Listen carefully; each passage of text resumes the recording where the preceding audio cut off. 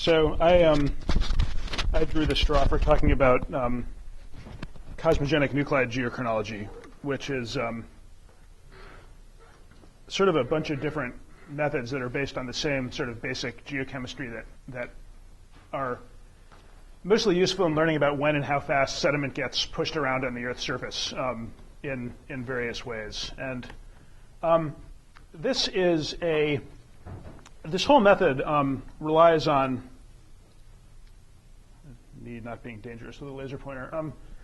This whole method relies on the production of really rare nuclides in surface rocks by interactions with cosmic ray particles. Cosmic rays aren't actually rays in the sort of electromagnetic spectrum sense. They're actually very high energy particles that originate somewhere in outer space and impinge on the Earth. And these have extremely high energies relative to pretty much anything else that occurs in nature, with the exception of some things that can be created in accelerators and cyclotrons and things of that nature.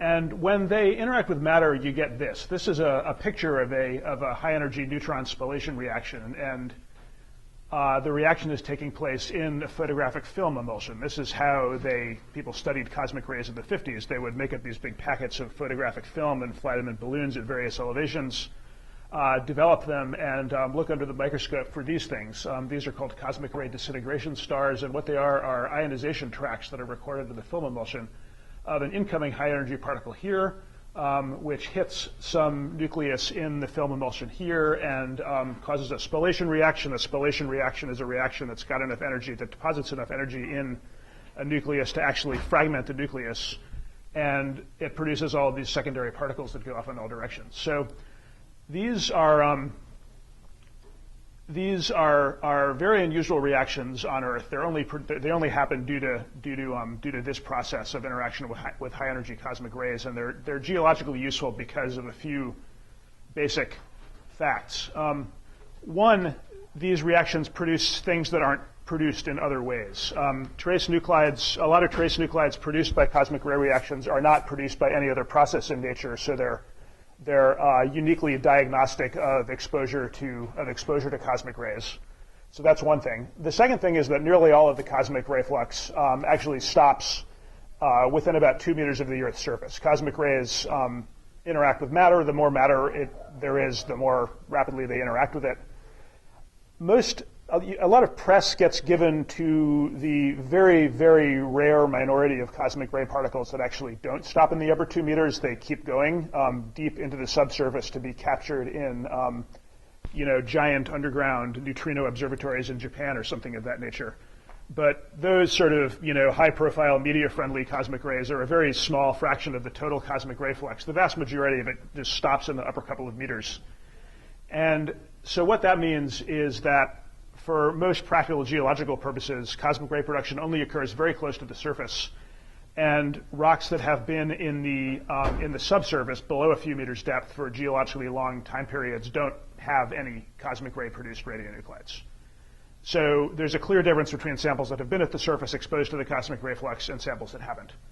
The third thing is that the production rate of cosmic ray produced nuclides, because the cosmic ray flux from outer space is more or less constant through time for most practical purposes, the production rate at a given location in the atmosphere and magnetic field is also more or less constant through time, and we're able to estimate that based on a variety of independent information, physical principles, calibration studies, things of that nature.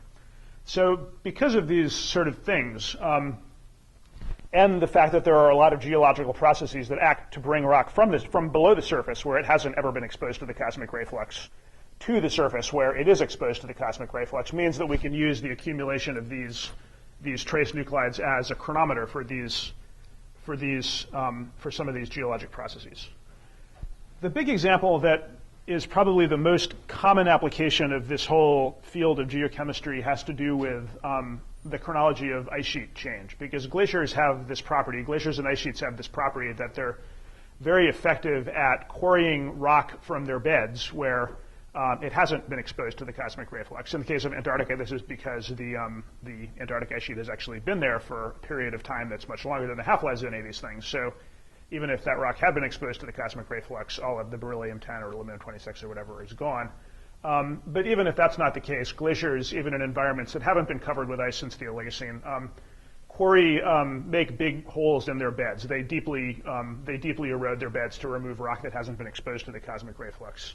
They bring it to the edge of the ice sheet, and then it's exposed by melting of the ice. So we can go in places like Antarctica to places like this that are hills that are not now covered by the ice sheet, but they were in the past.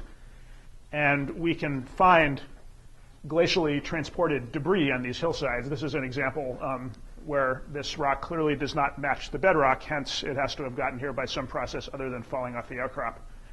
In this case, it's transported here by glacial transport. We can go to some of these nunataks that stick out of the ice sheet and collect samples like this at a variety of different elevations. We can measure the amount of cosmic ray-produced beryllium-10 in this case in these rocks. We can divide by the production rate to transform these to exposure ages. And if you look at the exposure age as a function of elevation from this location, you find that we see longer exposure ages at the summits of these nunataks and younger exposure ages as we go down the sides of these things. So this allows us to put together a picture of how the ice sheet surface elevation has changed over time. So this is a very simple application of cosmogenic-nuclide geochemistry that sort of falls under the term exposure dating, where we are working with things that have had one period of exposure to the cosmic ray flux. We know the production rate. We measure how much cosmic ray-produced nuclide there is. We divide by the production rate. We get the age. This has actually, again, the big application of this so far in Earth science has been to glacial systems, simply because of this really convenient property of glaciers that they are really good at transporting non-cosmic ray dosed rock to their margins where it begins to be cosmic ray dosed. And they also transport lots of rocks. So nearly anywhere there's been a glacier or an ice sheet, we can find material that's had this geologic history. We can apply this method of exposure dating to find out how long it's been since the ice sheet was there. So this has been it was the sort of first application of this whole field to be developed. It's also one of the more, probably the most widely applied use is in these situations where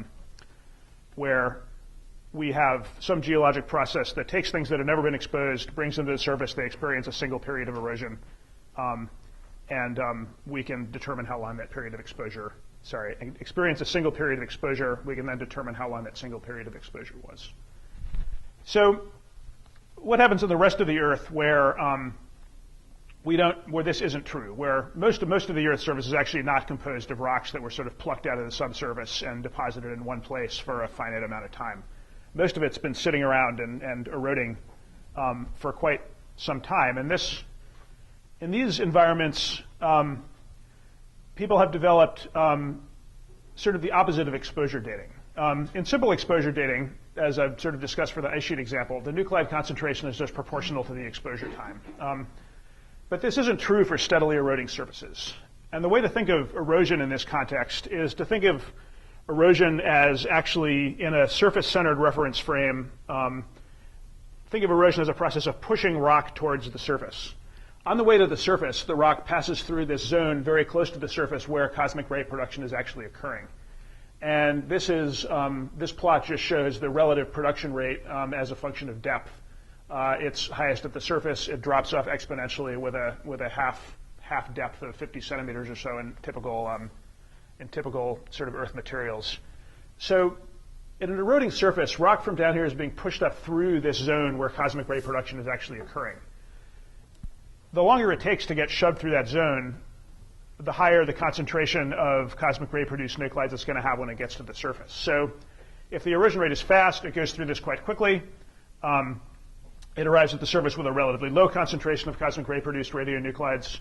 If the opposite is true, if it's eroding slowly, it takes a long time to get through there. It gets dosed a lot on the way through. So in the sort of opposite situation of a single period of exposure, if we have this situation where a surface is subject to steady erosion, steady pushing of rock up through the zone of cosmic ray production to the surface, the cosmogenic-nuclide concentration isn't proportional to the exposure time anymore. It's actually proportional to the amount of time that the surface sample, the sample that's now at the surface, spent in the production zone, which is itself inversely proportional to the erosion rate. So if we were to look at the concentrations of cosmic ray-produced nuclides with depth,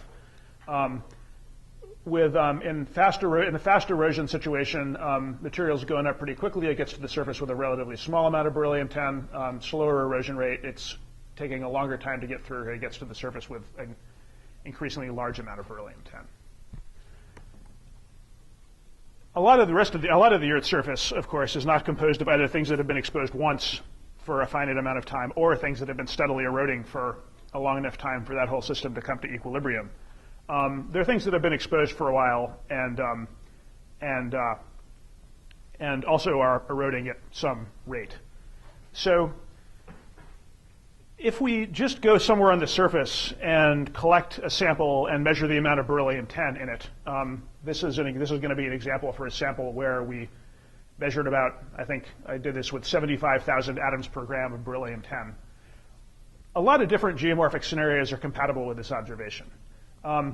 One possibility is that the erosion rate was 0 and the exposure age is 17,000 years before present. Another possibility is that the exposure time is really long. It's had enough time to come to equilibrium with the erosion rate, and the erosion rate is whatever this is, 9 times 10 to the minus third grams per square centimeter per year, which is something like 30 or 40 meters per million years, I think, something like that. So without any other information, with just a beryllium-10 measurement, all we know is we're on this red line somewhere. We could have low erosion rates and relatively young exposure ages, or higher erosion rates and relatively older exposure ages, which is not sort of super helpful in most actual geological applications. So mostly what we have to do in applying any kind of a measurement of a cosmic ray-produced radionuclide is to assert where we are on this plot of infinitely large number of options based on some kind of geological evidence. So this is the first point that I really want to make in this talk, is that although actually measuring these trace nuclides, although technically complex, is often really the easy part of the whole problem. It's actually figuring out how to interpret that as some kind of item of geologically useful information that is much harder. So in the kind of glacially transported boulder situation, we're assuming that we're looking at the geological situation, we're looking at what happened from geological evidence, and we're concluding that these rocks were quarried from the base of the ice sheet where they didn't have any beryllium-10. They're being delivered to the ice margin, and they just sat there without erosion for some period of time, and we just want to know how long that period of time was. If those geological assumptions are true, then we're over here, and we conclude that the exposure age is 17,000 years. If we are standing up on some hillside in Southern California that has not been glaciated, and it's pretty clear that it's been just sitting there and eroding for a long time, then our geologic observations tell us that this surface has been sitting around eroding for a long enough time that it's probably reached steady state with respect to the beryllium-10 concentration. We're over here in this curve. We conclude that we don't know the exposure age, but the erosion rate is 35 meters per million years. So that's so really the important point A of what I sort of want to communicate here is that although clearly, although this whole sort of field of geochemistry is potentially really useful in quantifying when and how fast any kind of surface process occurs because of the really strong contrast between things that have been exposed to the cosmic ray flux and things that haven't, the workflow for doing something like this really has to be to figure out what happened from geological evidence first and then go and make some measurements and try to figure out when or how fast it happened. And to try to be slightly Earth scope relevant here, I'm actually going to give an example of one property of the entire field of cosmogenic-nuclide exposure dating, which is that this property of the field is that most arguments in this field tend not to occur about how many atoms of beryllium-10 there are. Despite being sort of technically complex, most people agree on how many atoms of beryllium-10 there are. Really what people disagree about is how do we interpret that? Like, what is the sort of geologic model that we're going to use to interpret this result as something of geological interest? And again, this is a sort of vaguely Earth scope relevant application that I happen to have some slides of that relates to an offset alluvial fan in Southern California. This fan is pierced by the San Andreas Fault. This part is moving that way. So the objective here was to try to figure out when this fan was in place so it could be used to determine a geological time scale slip rate for this strand of the San Andreas. And a lot of effort was expended on this. 3 different studies attempted to date this with beryllium-10 measurements. This guy, this study by Van der Voort et al., they went out in this fan. They observed that there were a lot of sort of cobble-sized rocks sitting around in the fan. They exposure dated a lot of them. Then they asserted that these cobbles arrived in the fan surface without any inheritance. They had 0 beryllium-10 at the time they were placed on the fan surface. And they further asserted that there was no erosion of the fan surface. So each of these cobbles arrived at the site with 0 beryllium-10, and they sat there undisturbed until the present time. So the geomorphic model here is no inheritance, no erosion of the class, no erosion of the fan surface. And given those assumptions, we can measure the amount of beryllium-10, and then we can interpret them directly as sort of single period of exposure ages. We can take the mean, and that should give us the age the fan was in place. And if you do that, the age the fan was in place is 35,000 years. This other study, Whitney Behr went there, same fan. She exposure dated instead of dating class on the fan, she went and exposure dated the tops of boulders on the fan. So she collected samples on the tops of these things and determined how much beryllium-10 there was. This plot here shows the beryllium-10 concentrations just transformed into exposure age by dividing by the production rate, so it's a little easier to think of. And she noted that in general, taller boulders had higher apparent exposure ages on their tops, and she interpreted that to indicate that actually the fan surface had been eroding. And what these data indicate are that these boulders here that have younger apparent exposure ages were actually covered by gravel at the time the fan was in place, so they underestimate the true age of the fan. And so here the geomorphic model is that the boulders arrived at the site with minimal inheritance, and some of them were actually exposed at the surface and have remained exposed until the present time. Some of them weren't. They've been exhumed later by down-wasting of the gravel in the fan. So given this set of geomorphic assumptions, the fan age is approximated by the exposure ages of the oldest boulders on the fan, which is sort of in the 50 to 55,000 year range. So this geomorphic model, some other beryllium-10 data, totally different age for the fan. A third study, this is some unpublished stuff that Dylan Rood then at Livermore did. He went to where there was a big exposure through the fan in a gravel pit and collected samples down at various depths below the fan surface. Now, because the production rate decreases as you go down into the fan, because the amount of mass between you and outer space is increasing, we expect the beryllium-10 concentration to go down. And it does, but it doesn't keep going down. It converges to a steady value at this amount of beryllium-10, and it doesn't change. It doesn't change after that. And what he interpreted that to mean, and this would be a completely sensible interpretation, is that this represents an inherited beryllium-10 concentration. All the sediment in this fan came off the hillside somewhere where it had been exposed for a while. It was emplaced at the site with this amount of beryllium-10 at the time of fan emplacement. So in order to generate an age from the fan, we should divide the beryllium-10 that's here into beryllium-10 over here that was present when the fan was emplaced, and beryllium-10 over here that was produced by cosmic ray exposure after the fan was emplaced. And if we sort of project this to the surface and compute how much beryllium-10 is in this range, you get about 30,000 years for the age of the fan. So 3 different studies. These are all attempting to date the same thing. So the fan can only have one age. It's only got to be one thing old. But 3 different views of what geomorphic processes are actually happening lead to 3 different estimates for the actual age of the fan. So that's really important thing number 1, is that any sort of study in which you're trying to determine the age or the rate of something using some kind of approach based on cosmic ray production of cosmic ray produced nuclides, you really need to sort of use a workflow where you're looking at the geological situation and you're determining very accurately what the sequence of geological events was. And then once you know that, then it's generally feasible to go and try to figure out when or how fast it happened. So that's the big number 1 thing I want to sort of point out in talking about this. And now the rest of this talk is actually going to get very scattered at this point. I'm going to try to do 3 things. 1, I'm going to give a brief introduction to one more application of cosmogenic-nuclide dating that's not exposure dating or erosion rate measurement, but is also potentially useful in sort of stratigraphic dating in clastic environments. And then I'm going to try to address a couple things that I think there's widespread confusion among non-specialists about, and I'm going to try to explain a little bit about that and at least give an idea of what kind of information people need to have to actually contemplate using one of these techniques in a study, which is to discuss the quite wide array of cosmic ray produced nuclides that actually are produced and are capable of being measured. And then I'm going to talk a bit about the practicalities of actually making these measurements. So scattered remainder of talk part one has to do with this other technique. This is also sort of the opposite of exposure dating in a slightly different way. It's a technique called burial dating. And it relies on the fact that in many target minerals, more than one cosmic ray produced nuclide are produced. In the case of quartz, two that are produced and also measurable are beryllium-10 and aluminum-26. And these are produced at a fixed ratio, no matter what the production rate actually is, no matter where you are in the atmosphere or the magnetic field.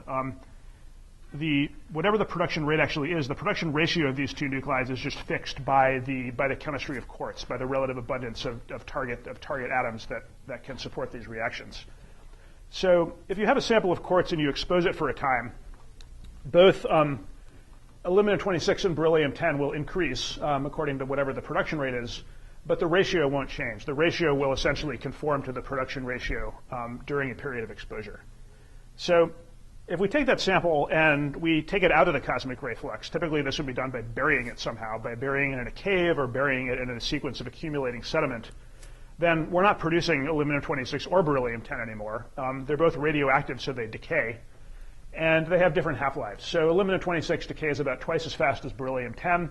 So after we bury it, when both of these nuclide inventories are allowed to decrease by decay, the aluminum-26 inventory goes down faster, so the ratio now diverges from the production ratio, and we can use this ratio as a burial clock. So once something's been exposed at the surface, if we then take it and bury it, we can look at the ratios of multiple cosmic ray produced nuclides that were produced when it was exposed, and we can use that to infer how long it's been since exposure ceased. This is potentially a really useful dating technique in a lot of situations because, of course, this is basically what happens in sedimentary systems, right? Quartz is generated by erosion of some kind of an upland landscape. It's at the surface, so it's being exposed to the cosmic ray flux during erosion. It's transported down through some river system, and then it's buried in a sedimentary basin. So this sequence of events of exposure to the cosmic ray flux for a while, followed by burial and a cease to production, is actually really common. It's basically what happens in sedimentary sort of distributary systems. And so this is potentially a pretty useful means of dating actually quite a lot of stuff. Just to give a brief example that we already knew the answer to, at the bottom of this picture, this is a place called Fisher Valley in Utah. It's just north of Moab. And the sedimentary section at the bottom of this basin is actually now exposed by further exhumation. And if we go dig around in here and pull out some samples and measure their aluminum-26 to beryllium-10 concentrations, they're, as expected, much lower than the production ratio.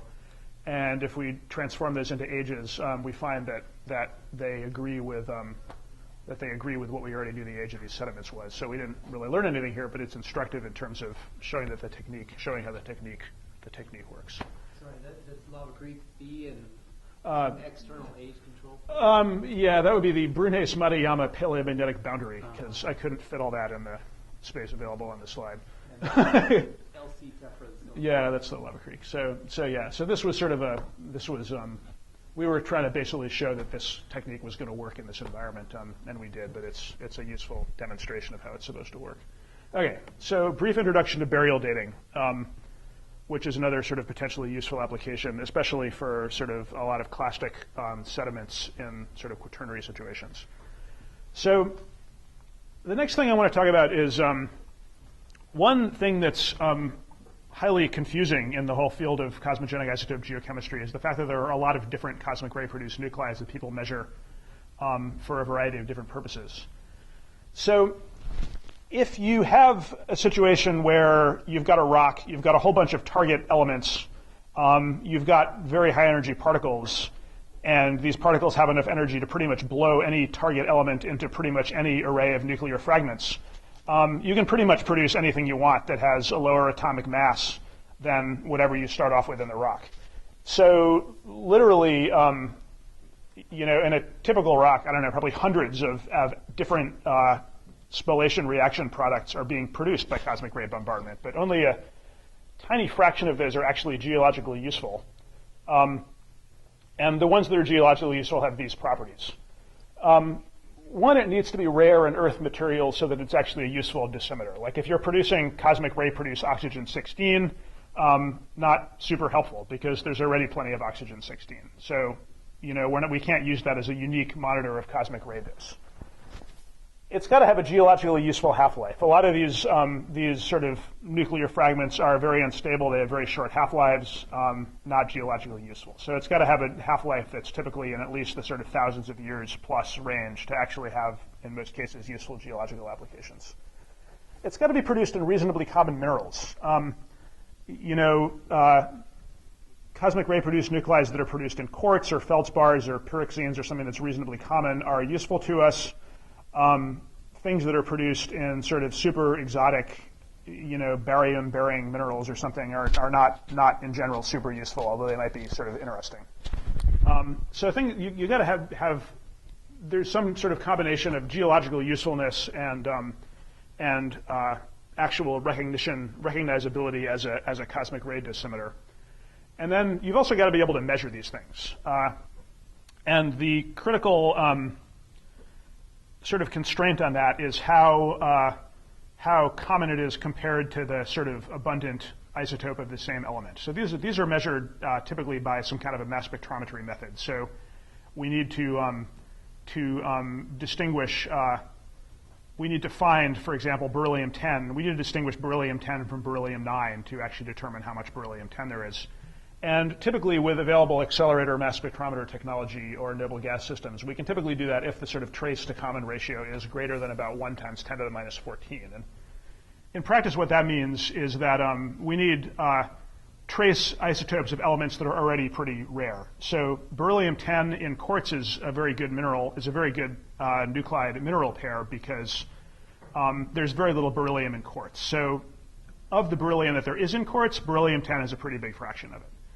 A cosmic ray-produced isotope of iron and iron oxides would not be a good choice because even if we were producing a lot of iron from some cosmic ray reaction, we'd still never be able to find it in the presence of all the other iron.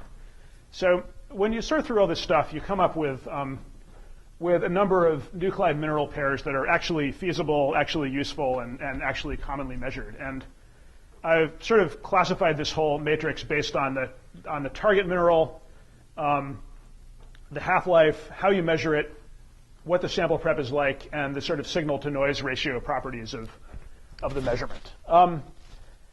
So for mineral targets, generally we've emphasized things that form in quartz. The reason for that is that quartz is a very simple mineral geochemically, so it's easy to find trace nuclides that don't belong in quartz simply because there isn't really that much else there. There's not a lot of beryllium or aluminum in quartz to impede our measurement of the trace isotopes of beryllium or aluminum. The sort of broad distinction among these things is between radionuclides that are not noble gases, beryllium-10, aluminum-26, carbon-14, chlorine-36, and stable nuclides that are noble gases, helium-3 and neon-21. These are fundamentally different because they're either stable or radioactive. The form of measurement is different. We use either an accelerator mass spectrometry or a noble gas machine. Sample prep characteristics are very, very different. So I'm going to sort of walk through a few aspects of this and try to give some idea of what these sort of different classifications here actually mean in terms of practicalities. So this is an accelerator mass spectrometer. This is, I'm happy to report that this is the biggest machine that anybody will show in this entire meeting. This is about 1/3 of the system right here. The reason that this is necessary for this is we can get into the technicals, we can discuss this in more detail if anybody is interested, but what's necessary when measuring things at very low abundances is to have some way of basically distinguishing ions of the nuclide of interest from ions of some other thing that has the same mass to charge ratio. And it's possible to do that with an accelerator mass spectrometer, first because you can remove all molecular isobars, and second because you can use detector systems that allow nuclide-specific identification of ions that get to the detector end of the machine. So this is a technology that's used for detecting very rare nuclides at sort of the 10 to the minus 13, 10 to the minus 15 level relative to the total amount of whatever the element is you're putting in. These are not things that are owned by individual research groups. They're generally major national facilities. Most sort of developed countries have one or two. In the US, there are two available for cosmogenic-nuclide measurements other than carbon-14. These are commonly used for carbon-14 measurements, but it's possible to use much smaller systems for carbon-14 that are more accessible to a wider array of people. For the heavier isotopes, beryllium-10, aluminum-26, chlorine-36, bigger systems are required, and there aren't very many of these. So all AMS measurement for that reason is pretty much a fee for service proposition. Depending on who you work with, it costs you about somewhere in the $250 to $700 range to get an isotope ratio measured by AMS. So that's what an accelerator mass spectrometer is. The stable cosmogenic noble gases can be measured with a much simpler system, and the reason this is true is basically because instead of exploiting characteristics of an accelerator to detect things at very low abundance, we're actually just exploiting aspects of the fact that these things are noble gases. That makes it a lot easier to get rid of interfering species. These are essentially the same systems as used for argon-argon dating. They're sort of benchtop scale systems. There's a lot kicking around. A lot of research groups have these things, although relatively few are actually used for cosmogenic noble gas measurements. By far, the majority of this type of system are used for argon applications and secondarily for helium type stuff.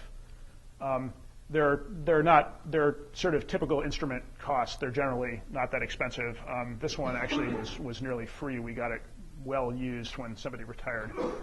Yeah, so this is a much more accessible scale measurement system, and it makes it a lot easier to sort of do things at the scale of an individual research group. You can sort of own a machine instead of having to continually generate funds for AMS analysis. Okay, so that's the distinction between the sort of different types of measurement technologies. So there's also a distinction in terms of sample prep. The cosmic ray-produced noble gases, helium-3 and neon-21, this is actually pretty easy sample prep. You need to prepare a reasonably clean mineral separate using whatever, heavy liquid, acid etching, whatever you need to do. But then once you've got that just gets popped under vacuum. In our system, it gets stuffed into a little metal packet and put into one of these little cells in this vacuum chamber. And then we heat it to high temperature with a laser. That's what's going on here. That extracts the helium and the neon. We pass that into the mass spectrometer and analyze it. So this is actually a pretty simple process. And to deliver a sample to the actual noble gas mass spectrometer generally only requires sort of typical, geology department type facilities, magnetic and heavy liquid separations, sieving, crushing, acid etching, things of that nature. So that's fairly straightforward. It's fairly straightforward to generate mineral separates and do this. And actually, the advantage of these nuclides is actually you can generate these measurements quite quickly overall.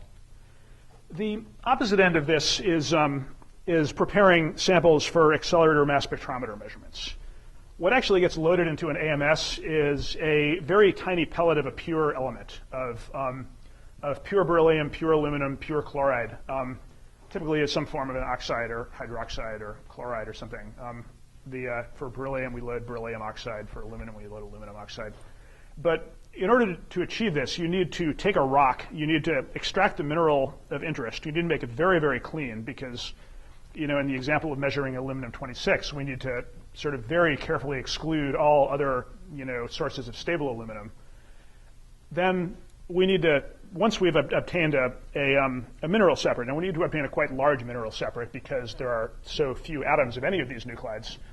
So we're typically working with something like 20 grams of quartz for a beryllium-10 or aluminum-26 measurement, which is much larger than is sort of used in most sort of geochemical wet chemistry techniques.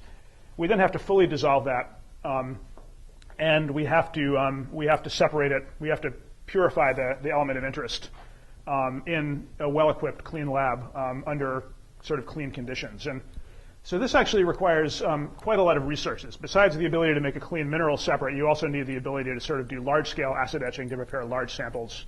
And you need to be able to do fairly large-scale geochemistry under clean lab conditions. This requires a well-equipped lab and quite a lot of chemistry expertise.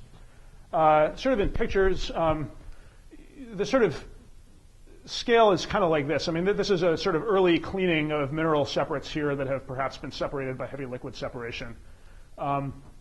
Quartz samples get sort of etched in dilute hydrofluoric acid at kind of the liter bottle scale. There is a lot of ancillary chemistry that's required. Typically, one needs access to an optical emission ICP to determine how much aluminum is in your sample, sort of process control type applications. And then complete dissolution of the sample in some kind of a clean lab is needed. These are bottles of hydrofluoric acid that has had quartz dissolved in it. Those of you who work in other geochemistry type applications will recognize that this is actually quite a large dissolution vessel. This is unusual in most sort of trace element type labs. You need to be able to perform column chromatography. And then the result of that is a very tiny pellet of beryllium hydroxide seen in the bottom of these test tubes. And then you need to get that into a target that goes in the accelerator. And of course, at this stage, if your sort of lab safety and health people weren't panicked enough about all the hydrofluoric acid you've been pouring around, you now have to punch all the panic buttons for working with beryllium. So generally, this is most effectively done in somewhere where you do this a lot. You're set up to do it. People have the sort of lab expertise and resources. So actually, quite a lot of resources are required to actually go from rock to beryllium pellet that goes in the accelerator. And in this, there's actually been quite a lot of talk at this meeting about the sort of importance of the sample prep part of the process. And so I'm going to put this here to try to quantify this a little bit for our field. And this is going to involve sort of washing some dirty laundry from our field here. And since this is all on videotape, I'm going to get in serious trouble at some future time. But this is a sort of quantified representation of how good people are at delivering beryllium to the accelerator mass spectrometer. And what these are histograms of beryllium beam current at an accelerator facility. Up is good. More beam means I delivered more beryllium to the accelerator, so I'm going to make a more accurate measurement of how much beryllium-10 is in that beryllium. What we're trying to achieve is over on the right here. So this red histogram shows the currents that are achieved by taking a beryllium standard. This is pure beryllium that's been mixed with beryllium-10 enriched beryllium to make an analytical standard with a known beryllium-10 to 9 ratio. So this just started off as beryllium. It was never a rock. So if we truly do have pure beryllium, this is the distribution of beam currents that we should achieve. So our goal in going from rock to beryllium pellet is to do this, to deliver this much beryllium to the accelerator. Labs that do this a lot, each one of these white histograms represents a different laboratory that submitted samples to this accelerator.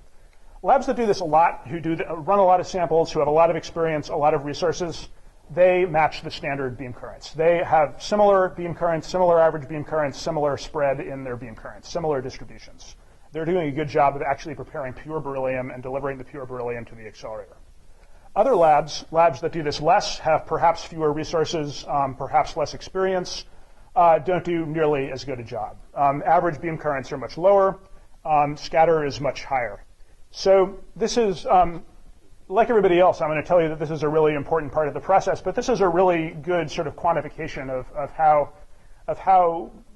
sort of what the variation among people who are doing this is.